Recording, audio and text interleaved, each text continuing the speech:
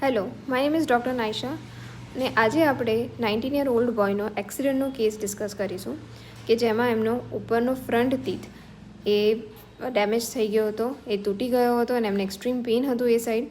સો આપણે first of all તો emergency root canal treatment, જે દાંતના મૂળિયાની સારવાર કહેવાય, એ કરી હતી. એમાં દાંતની અંદર નસ જે હોય છે એ કમ્પ્લીટ રિમૂવ કરીને અંદરથી બધું કમ્પ્લીટ સાફ કર્યું હતું. After that post and core buildup નામની પ્રોસિજર કરી હતી.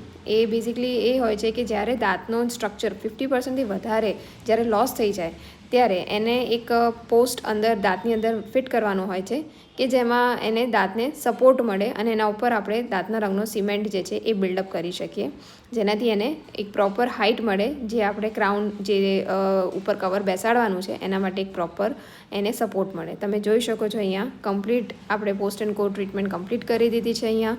એન્ડ આફ્ટર દેટ એનું શેડ કમ્પ્લીટ મેચ કરવાનો છે કે જેને એસ્થેટિકલી ઓકે લાગે.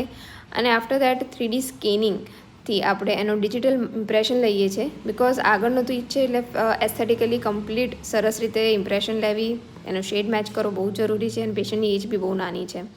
તમે જોઈ શકો છો કે આ ઇમ્પ્રેશન કમ્પ્લીટ લઈ લીધી છે અને લેબમાં આ કેપ બનીને તૈયાર થઈ ગઈ છે અને આપણે ફિટ કરી દીધી છે.